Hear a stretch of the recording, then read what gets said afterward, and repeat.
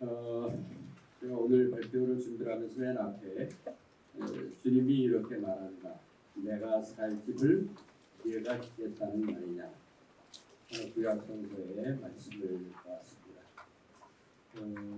우리 미나이, 서울 미나이가 30년이 됐고 사실은 북한선교위원회는 40년이다. 85년에 시작을 했습니다.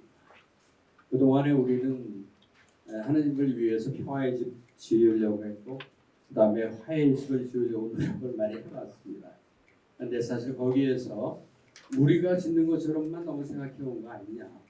하나님이 원하실 때 집을 지어주시는 건데 그래서 이제 그런 측면에서 영성적인 그런 부분이 사실 상당히 중요하다 하는 것을 저도 이번에는 많이 느끼고 그래서 이제 그 목차를 보시면은 반성적인 목차를 은총과 실현이라고 하는 그런 그 키워드로 내놨어요.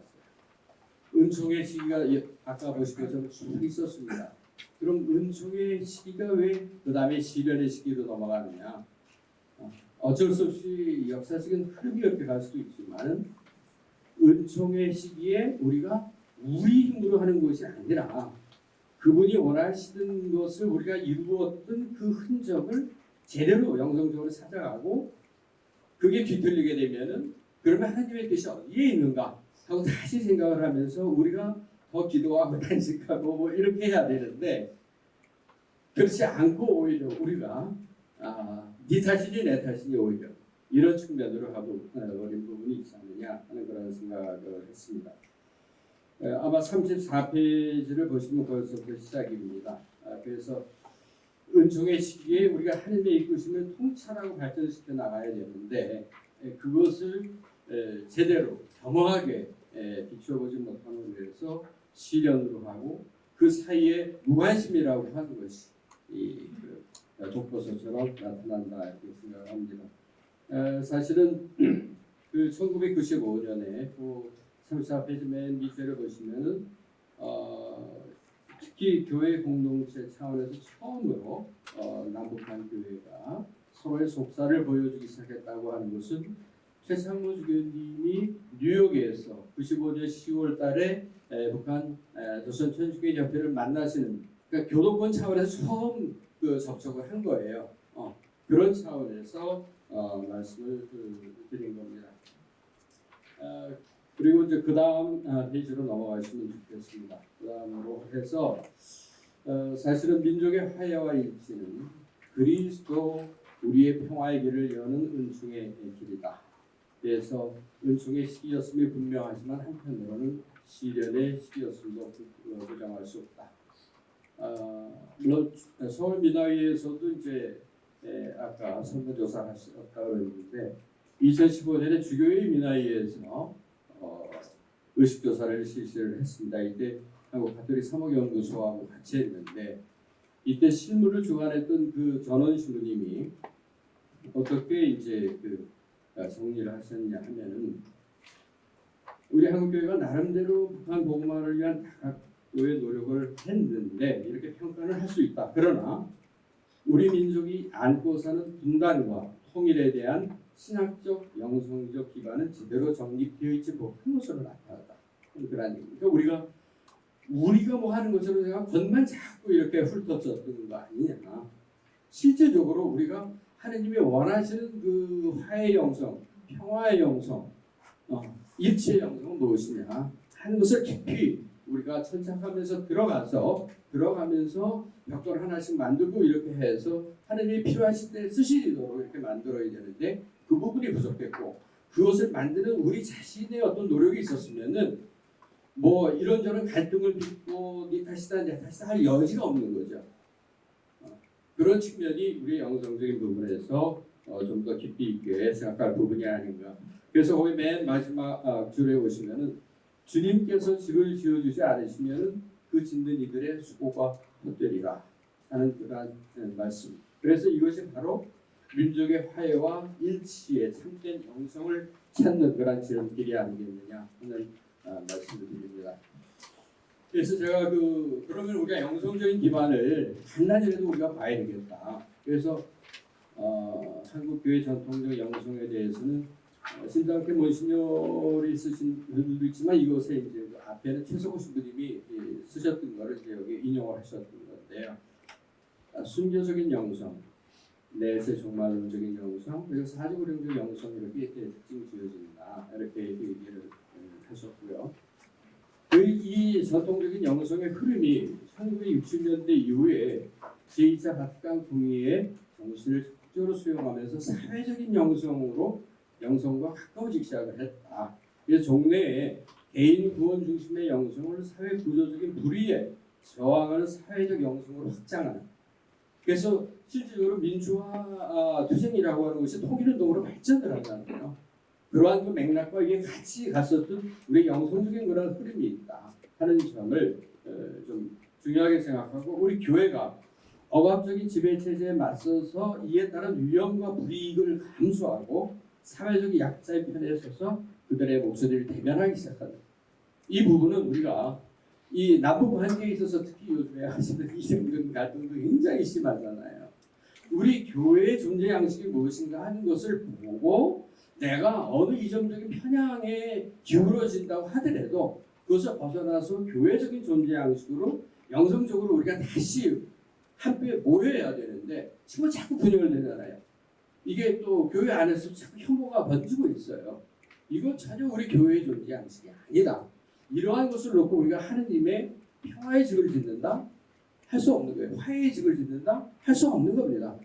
우리가 그런 상태에서 기도하고 해도 하느님께서 축복을 주실 수가 없는 거예요. 그릇이 깨져 있는데.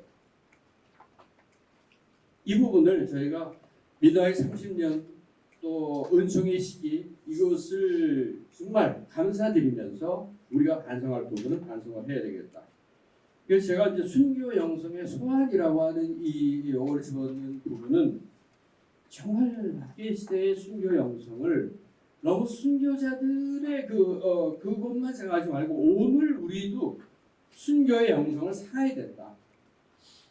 당시의 순교자들은 북사범이었습니다. 사학도였어요. 그런 차원에서 오늘 우리 사회 좌파 우파 막 그러잖아요. 그 좌파 갔을 때 우파는 또 그렇고 우파 갔을 때 좌파는 또 이단 사학 북사범인 거예요. 이런 것을 넘어갈 수 있는 그러한 것은 정말 그야말로 순교 영성에서 우리의 모든 것을 내려놓고 목숨까지 내놓을 수 있는 우리 가톨릭 신자들의 자기의 존재 양식이 무엇인가 하는 것을 깊이 참작할 필요가 있다는 말씀으로 드리고 싶습니다. 박해 시대의 천주교인으로 살아간다는 것은 그 자체가 순교였다. 그 달래의 조선 한국 천주교회사에서 나오는 그런 이야기입니다. 그러니까 오늘 우리 시대에도 우리가 이 시대의 천주교인으로 살아간다는 것 그 자체가 바로 순교다 하는 정도의 우리의 깊은 성찰과 내면의 용기를 가질 수 있느냐, 이것은 저는 중요한 그 키워드라고 생각을 합니다. 그래서 우리가 이 순교 영성의 기회성을 염두에 둔다면 자신의 기득권을 내려놓고 상대의 입장을 헤아려고는 순교해하려 보는 순교 영성 속에서 자신과 상대 모두를 치유하는 그러한 영성적 기반이 중요하다. 38페이지에 평화 영성의 구축이 있습니다. 이 순교 영성이 평화 영성의 바탕이다. 평화는 평화로운 것만 생각하지만 그 밑에 나를 희생할 수 있는 참된 의미의 평화를 이루는 그러한 지혜와 용기가 없으면 안 된다는 얘기죠. 그래서 이를 뛰어넘는 그러한 그 사랑과 화해, 그 다음에 평화, 공존, 일치의 길을 열어나가는 평화 영성의 로드맵을 이 지점에서 함께 좀 생각을 해봤으면 좋겠다. 제가 여기에 존 F 케네디 얘기를 좀 넣어놨어요. 존 F 케네디가요, 미국에서 첫 번째 카톨릭 대통령입니다. 두 번째 카톨릭 대통령이 누군지 아세요?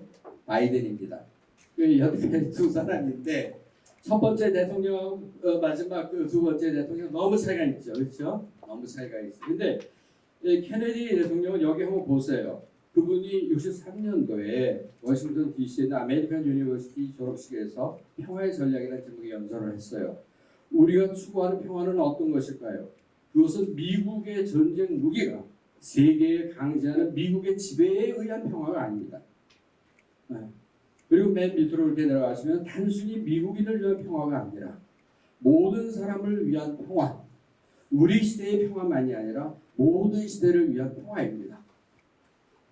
이 케네디 대통령의 이 평화의 전략이라 하는 것은 그야말로 미국의 비둘기파들 그들이 가지고 있는 평화의 신념인데 이게 이제 매파한테 계속 밟히는 거예요. 그래서 이 케네디 연설은 사실은 1950부터 50년부터 54년까지 메카시즘이라고 하는 것이 많이 있었잖아요. 그렇죠? 그 다음에 62년도에 그 위에 쿠바 미사일 위기가 있었습니다. 그럼에도 불구하고 63년에 케네디 대통령이 이 연설을 하는 거예요.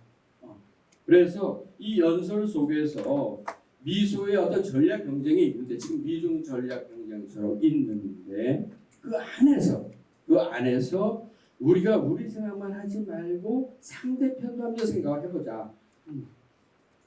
그래서 소련에 대해서 우리가 어떤 생각을 가지고 있는지 한번 해보자. 왜냐하면 2차 대전 때는 미국과 소련이 연합국이었잖아요. 그렇죠? 그 다음에 물론 이제 서로 틀어져서 냉전에 어떤 그 전략 경쟁을 하게 되지만 그러면 이렇게 바뀔 수 있다고 하는 것은 나름대로 서로가 파트너였다고 했다가 이제 다시 뒤바뀌는 것인데 그럼 그 사람들이 처음에는 그렇게 경계 대상이 그런 건 아닐 수 있지 않느냐 하는 그런 차원에서 얘기를 해서 오히려 이때 63년 이때 서로의 무관심, 상대에 대한 무관심 이것이 갈등 구조의 산물이다 하는 것을 얘기를 했었습니다. 그래서 이것은 결국은 평화 영성이라고 하는 것은 우리 스스로를 가두고 놓았던 인식의 틀을 과감히 벗어나서 그리스도 우리의 평화로 나아가는 길 바로 나는 너에게 평화를 남기고 간다. 내 평화를 너에게 준다. 내가 주는 평화는 세상이 주는 평화와 같지 않다 하는 그러한 말씀을 저희가 다시 되새기는 그런 형태가 되어질 것을 봅니다. 저는 이 부분에서 이 이념적인 갈등을 하고 그러잖아요. 사실 사울이 그러니까 바오로 사도죠. 사울이 처음에는 교회를 없애려고 하잖아요, 그렇죠? 없애려고 해서 막 찾아다니면서 이제 잡는데 사실은 우리도 박해 시대 때 딸내가 그런 이야기를 했습니다. 이때 보통 사람들이 세운 그러한 종교라고 하면은 교회라고 하면은 없어졌을 것이다. 마찬가지로 그래서 이제 사울이 이제 또 잡으러 이렇게 가다가 이제 발에서 넘어지잖아요. 그때 당신 누구십니까? 난 네가 박해하는 예수다. 네가 네 발로 송곳을 차는 너만 해로울 뿐이다. 우리가 이념 갈등 그래서 서로 그 짓 하고 있는 거예요. 그래서 그 다음에 이제 조금 더 현실 문제로 넘어가겠습니다. 이 두 국가로는 아까 교장님도 말씀을 하셨습니다. 참 우리에게 심각하게 다가오는 부분입니다. 근데 이 부분도 저는 그 생각입니다. 우리가 너무 그냥 어떤 그 레토릭만 보지 말고 이것을 객관적으로 보면서 취할 점은 취하고 물론 경계할 점은 경계를 해야 되겠죠. 이런 부분에서의 지혜 이것이 굉장히 필요하다. 다만 일단 전문가들이 얘기하는 것은 뭐냐면은 어쨌든 적대적 두 국가로는 전략적인 결정이다. 그래서 이것은 좀 상당 기간 유지되지 않겠느냐. 일종의 북한의 소환경 대남전, 제가 아까 박 교수님도 말씀을 하셨지만 러우 전쟁도 아직 끝나지 않았고 그래서 여러 가지 그 변수가 많이 있습니다. 그러니까 우리 교회 차원에서 이 부분을 깊이 있게 전문가들이 더 정리를 해나가야 될 것이라고 이렇게 생각합니다.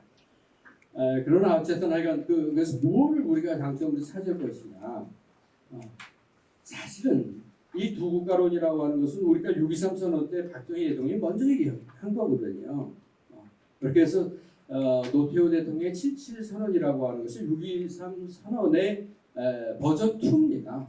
버전 2예요. 그래서 우리가 국방 정책을 할 수 있었고 그 다음에 이제 유엔 가입도 동시에 하고 뭐 이렇게 되는 그러한 부분들이 있습니다. 그래서 어떤 측면에서 보면 너무 남북이 그 좋은 의미이지만 통일 문제를 얘기를 하면서 서로를 사실은 이용도 하고 적대적인 공존으로 정치적으로는 활용을 하고 그러면서 서로 얽매이는 거예요. 얽매이는 거. 그래서 어느 지점에서는 서로 좀 냉철하게 어떤 그 여유를 가지면서 서로 자유스러워지는 탈남과 탈북이라고 하는 것도 가끔은 한번 냉정하게 좀 그런 쿨 타입을 가질 필요가 있지 않느냐 하는 그런 측면도 말씀을 드리는 겁니다. 그래서 오히려 두 국가론이 남과 북이 윈윈할 수 있는 그런 형태로 하는 그런 측면을 말씀을 드리는 거고요. 한 번밖에 안 남았으면 할 말이 이제 없네요. 어쨌든 남북 관계의 구조적인 변화와 민족 화해의 진로 이 부분에서 사실은 이제 민족 그다음에 통일 나중에 이제 화해라고 하는 용어까지도 우리가 조금 이 두 국가론에서는 다시 생각을 해볼 필요가 있겠다. 이제 좀 이따가 토론을 할 때 좀 더 자세하게 말씀을 드릴 수 있을 것 같은데 이제 북에서는 통일을 지웠어요. 그러면은 우리 남쪽에서 계속 통일을 얘기를 하면은 북은 이제 그거는 흡수 통일이다. 흡수 통일을 지금도 주장을 한다. 이렇게 나올 겁니다. 화해. 그래 화해 좋아. 화해에서 남은 게 뭐야? 너희들 못 믿겠다. 또 화해를 얘기를 하면서 우리한테 손가락질만 또 하게 되겠죠. 이런 측면이 있다는 그런 말씀을 드리고요. 그래서 사실은 좀 중요한 게 한반도 평화의 새 지평과 교회인데 나중에 얘기를 해야 되겠네요. 근데 어쨌든 평화의 새 지평은 비정상의 정상화다. 저는 이렇게 생각합니다. 우리 남북 관계도 많이 비틀어져 가지고 비정상적인 거예요. 사실 옆에서 제3자가 볼 때는 참 웃기는 그런 이야기일 수도 있고요. 그래서 이 무엇이 비정상이고 무엇이 정상화로 가는 길인가? 이것은 우리가 하느님이 역사하심의 어떤 힘이 어디에 있는가? 그분의 길은 무엇인가? 이것을 따라가야 될 거라고 보고 하느님은 모든 그 비정상을 다시 그 정상화시키는 우리가 질량 보존의 법칙인 것처럼 우리 그 지구가 막 온난화 뭐 이렇게 가지고 저기 하지 않습니까? 그러나 사실은 지구 자전기 그 기능이 있거든요. 그러니까 영성의 기반이 하느님이 부여해 주시는 어떤 이런 그 균형 비정상의 정상화를 이루는 그러한 그 하느님의 역사를 우리가 따라가야 된다 이렇게 생각을 합니다. 그래서 이제 그건 좀 보시면 되겠고 그 다음에 이제 뭐 한반도 도국가론과 교계제도도 있는데 이 부분이 뭐 좀 저기 하지만 시간을 해서는 어려울 것 같습니다. 그래서 이거는 토론 시간에 보고요. 47페이지로 가셔가지고 요것만 그 한국교회 과제 요거 1, 2, 3, 4만 한 번만 간략히 말씀드리고 정리하겠습니다. 첫째는 민족보호라는 용어 사용이 이제 화해라는 용어보다는 더 낫지 않느냐는 그런 말씀을 드리는데 이걸 아마 토론 때도 또 나올 것 같고요. 그 다음에 두 번째는 대북 인도적 지원 활동의 성격과 방식의 전환. 이것은 이제 여러분들이 많이 얘기하시는 겁니다. 어쨌든 남북 관계 부침과 상관없이 아까 우리 그 나눔의 20여 년 동안 이루어졌던 그 나눔의 그런 동력은 끊임없이 유지되어야 된다. 그래서 특히 이제 48쪽에 보시면은 2000년 3월에 주교회의에서 14개 교구가 북한의 행정구역별 단위로 자매결연 추진 계획을 세운 게 있습니다. 이제 나중에 의정부 교구까지 포함이 돼서 15개 교구가 어느 교구는 예를 들어서 뭐 의정부 교구 같은 경우는 평안북도, 개성, 그다음에 우리 서울 교구는 평안남도 이렇게 그래서 각 교구마다 이렇게 했단 말이에요. 그래서 대북 인도적 지원은 이제 옛날식으로 안 될 거란 말이죠. 그러면 이제는 평신도들이 투자의 개념, 그다음에 무역의 개념, 이런 어떤 두 국가론이라고 하는 게 어디까지 가는지 모르겠습니다만은 그러면서 실질적으로 북한 사회의 인프라를 구축하는 쪽에 우리가 밀고 들어가는 그러한 그 중요한 그러한 계획을 세워야 된다. 그래서 최근에 보면은 김정은이 지방발전 20 곱하기 10 정책을 했습니다. 그러니까 1년에 20개의 도시에 공장을 10개씩 짓는다 이런 얘기거든요. 그러면은 각 도마다 그렇게 다 하는 거니까 우리 그 기업인들이 우리 천주교 기업인들이 그것을 갖다 뚫고 돌아가는 그런 식으로 해서 실질적인 어떤 것을 해나가야 되겠다 하는 것이고요. 그다음에 그 교계제도 차원의 현실적인 조치 검토 필요성도 있다. 토론 시간으로 넘기도록 하겠습니다. 그다음 네 번째는 우리 나름대로 지속 가능한 한반도 평화를 향한 노력이 필요하다. 사실 그 2022년 10월에 워싱턴에서 한반도 평화 포럼이 있었습니다. 우리 교구장님 모시고 갔었습니다. 그래서 참 좋았습니다. 미국 주교회하고 공식적으로 한 거니까. 이거는 이제 가톨릭 동북아 평화연구소에서 처음 시작을 한 건데, 그래서 그때 우리 목변교회의 이 네트워크가 있는데 이거 살려야 되지 않느냐. 그래서 미국 주교회 쪽하고 2017년부터 계속 이렇게 했었던 거죠. 2017년 12월에 첫 그 포럼을 하면서 그때 와서 발표해 주셨던 분이 로버트 맥갤로이 주교님이십니다. 이분이 나중에 추기경이 되시죠. 그래가지고 샌디에고 교구장이셨는데 워싱턴으로 금년 1월달에 가셔서 워싱턴 교구장이십니다. 지난번에 대주교님이 하셨을 때는 흑인 추기경님 만났었잖아요. 그러니까 이제 지금 하게 되면은 맥갤로이 추기경님을 저희가 만나게 되는 거고, 그 다음에 저희가 이제 이때 함께 하셨던 브롤로이 대주교님이 지금 미국 주교회의 의장이세요. 그 다음에 또 한 분의 주교님은 부의장이 되셨습니다. 그래서 저는 우리 서울교구 우리 평안하는 연구소가 의정부가 이제 그걸 처음부터 이렇게 같이 이렇게 조인을 하고 해서 저는 이 포럼을 한반도 평화 포럼을 계속 유지를 했으면 좋겠어요.